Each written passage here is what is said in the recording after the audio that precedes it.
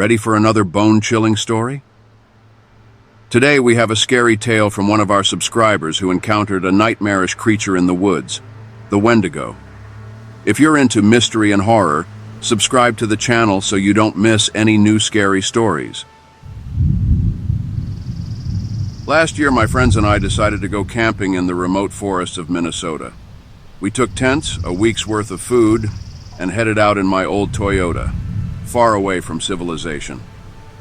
It's wild out there, not a soul around, just pines and spruces for miles. The first day went great. We hiked through the woods, enjoyed nature, and made a campfire in the evening. But as night fell, strange things started happening. An eerie howl came from the thicket, unlike any wolf or dog. Branches snapped as if something huge was trudging through the undergrowth. The fire flickered and sputtered.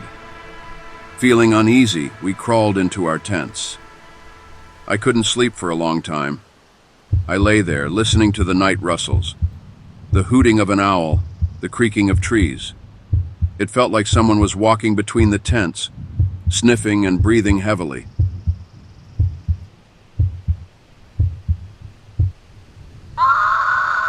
Then a blood-curdling scream rang out from the forest, freezing the blood in my veins.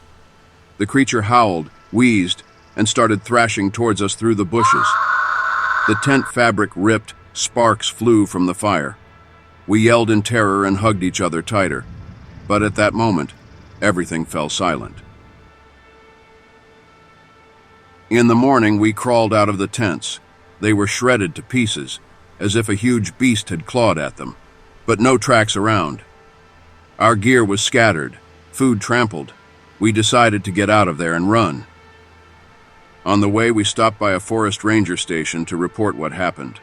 The officer listened, frowned. He exchanged glances with his partner and sighed. "Looks like you guys ran into the Wendigo." We stared at him, dumbfounded. The ranger told us that Wendigos are cursed spirits from Native American legends that roam these woods. They used to be human, but turned into nightmarish monsters. Now they wander in eternal hunger, seeking new victims. If a Wendigo picks up your scent, it will chase you for a very long time. Locals tell gruesome tales of hunters and hikers who vanished in this wilderness. Sometimes their mangled remains are found, gnawed bones and shreds of flesh, as if something hunted them down. They say long ago an entire expedition of gold prospectors disappeared in this area, and one of them went mad and became a Wendigo himself. With grim faces, the rangers advised us to get out of there and pray the Wendigo doesn't follow our trail. We drove back in tense silence. I sped along the forest road, trying not to think about the ranger's words. Suddenly, the Toyota stalled and acrid smoke poured from under the hood. Had to get out and fiddle with the engine. Dusk was gathering around us, thick fog weaving between the trees. We rushed to leave before dark, but we weren't fast enough. Out of the gloom, a gaunt figure leaped out and charged at us. I screamed and swerved the wheel. The car veered off the road and crashed into a tree trunk. We clambered out somehow. There at the roadside, wreathed in mist, stood a horrifying creature, tall, skeletal, all skin and bones, long clawed limbs, twisted horns on its head, eyes blazing with hellish fire. The Wendigo! The monster let out a hollow roar and lunged at us. Shrieking in terror, we fled into the woods. Behind us, we heard the snapping of twigs and the thudding of monstrous paws. We zigzagged between the trunks, but the beast kept up, as if the forest itself was pushing us into its jaws. In desperation, we spotted a ramshackle hut in a clearing. We broke inside and barricaded the doors. It turned out to be an abandoned lumberjack shack. Gasping for breath, we tried to collect ourselves. Outside, the spawn of hell prowled and sniffed, scratching at the rough-hewn boards. We realized we were trapped. Don't know how long we huddled in that shack. An hour, 2? The whole time, the Wendigo lurked outside, waiting for us to emerge. An icy stench seeped through the cracks, a rotten whisper in the air.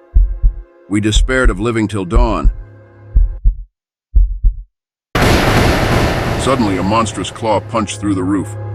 Then another. The creature was ripping the boards like cardboard. We shrank into the corner, pressing against the wall. I shut my eyes, knowing this was the end. And then, through the hole, a deathly ray of full moonlight poured in. The beast howled, recoiled. It hit me. Moonlight hurts it. Grabbing a torch, I leaped onto the roof, waved the fire in the Wendigo's face. It wailed, convulsed. Smoke from the torch billowed, poured down its gullet. Choking, the monster stumbled back. Something round fell from its maw. Peering closer, I realized with horror, a human skull. Gnawed clean, bits of flesh still clinging in places. A gaping hole in the forehead like from a bullet, and I remembered the tale of the lost expedition. Meanwhile, the Wendigo vanished into the woods. We dared to come out, and beheld a ghastly sight. The clearing around the hut was strewn with human bones mixed with rusty gear. Near the porch gaped a shallow pit, brimming with half-rotted corpses, a gruesome mass grave. Later at the station, police took down our garbled statements. The search party combed the woods but found no monster. However, they did discover the long-lost expedition's gnawed bones in a ravine, and among them, the leader's crumbling diary. Its last dated entry read in a shaky scrawl, "Been stuck in this forest a month now, no food. Jack and Bill succumbed to hunger. And Tom and I, Lord forgive us, we had no choice.